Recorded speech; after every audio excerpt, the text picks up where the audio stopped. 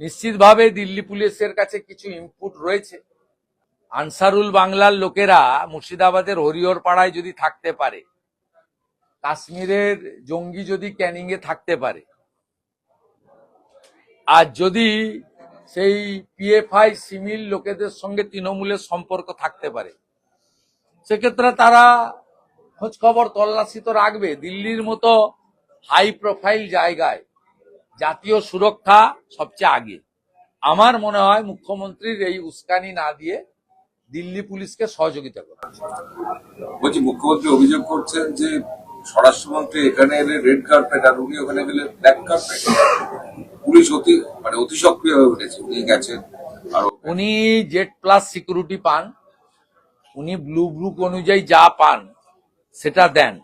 আর মুখ্যমন্ত্রী এসব কথা না বলাই ভালো। অন্য রাজ্যের বিরোধী দলনেতা, কেন্দ্রীয় মন্ত্রী, বিধায়ক, সাংসদরা যে সম্মান পান অন্য রাজ্যে, পশ্চিমবঙ্গে উনি কি আচরণ করেন সেগুলো মানুষ জানে। গত 5 বছরে রাজ্যের প্রধান বিরোধী দলের বিরোধী দলনেতাকে 86টা মিথ্যা মামলা দিয়েছেন, 104 বার কোর্টে গিয়ে কর্মসূচির অনুমোদন আদায় করতে হয়েছে, এবং 11.5 মাস বিধানসভা থেকে সাসপেন্ড করে বাইরে রেখেছেন। আপনি একটু কম বলুন, বেশি বললে দুর্গন্ধ ছড়াবে। এখানে ভোটার তালিকায় বঙ্গভবনে তাদের নিয়ে গেছেন যারা ডেঞ্জারাস এলিমেন্ট এই সোনা পাপ্পু। গোটা কসবা থেকে শুরু করে ওই এলাকা পূর্ণ নিয়ন্ত্রণ করে। সোনা পাপ্পুর গ্রেপ্তার করতে হবে। আইওয়াস করে 10 জনকে গ্রেপ্তার করলে হবে না। পরীক্ষা চলছে, মাইক বাজানো যাবে না, তো আমরা মাঠে নামছি। সোনা পাপ্পুকে গ্রেপ্তার করতে হবে, কঠিন শাস্তি দিতে হবে।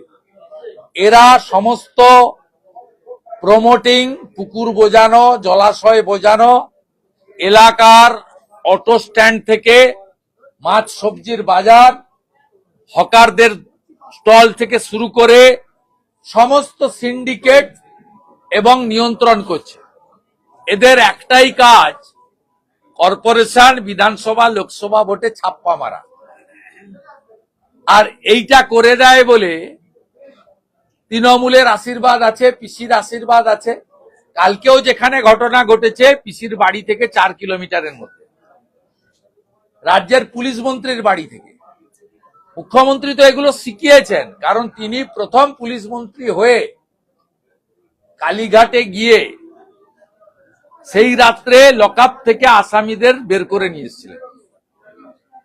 রাজ্যের পুলিশ মন্ত্রী যদি গুন্ডাদের সংরক্ষণ দেন, তাহলে বেচারা পুলিশরা আর কি করবে?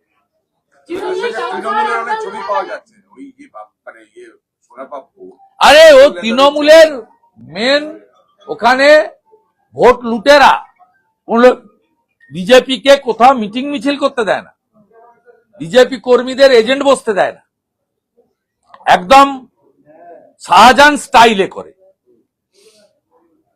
নটোরিয়াস ক্রিমিনাল, এবং মিনিমাম কয়েকশো কোটি টাকার মালিক। এদের এই 12-14 সালের আগে এদের কিচ্ছু ছিল না। একটা বিড়িকে 3 বার নিভিয়ে খেত, গ্যাটিস লাগানো সাইকেল নিয়ে ঘুরতো। এদের এখন 4টে-6টা করে গাড়ি, ফরচুনা ছাড়া, বিএমডাব্লিউ ছাড়া চড়ে না।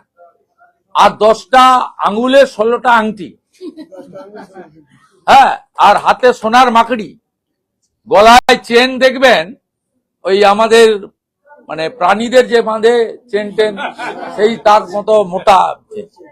পায়ের জুতোর দাম কমসে কম 40-50 হাজার টাকা। আপনি যা বেতন পান তার থেকে বেশি ওর জামা কাপড়ের দাম। যত দামি মোবাইল ফোন হাতে, আর তো বাকিটা ছেড়ে দেন। তৃণমূল নেতাদের সঙ্গে ছবি দেখা যাচ্ছে, ভোট করে তো সবগুলো কাউন্সিলরকে জেতায় তো। মুসলিম এলাকায় জাভেদ খান এবং তার ছেলেরা করে, আর বাকি যে নন মুসলিম এলাকা সেটা পুরো কসবা টু একদম রাসবিহারী ওই পোর্শন পুরো সোনা পাপ্পু। এটা নটোরিয়াস ক্রিমিনাল।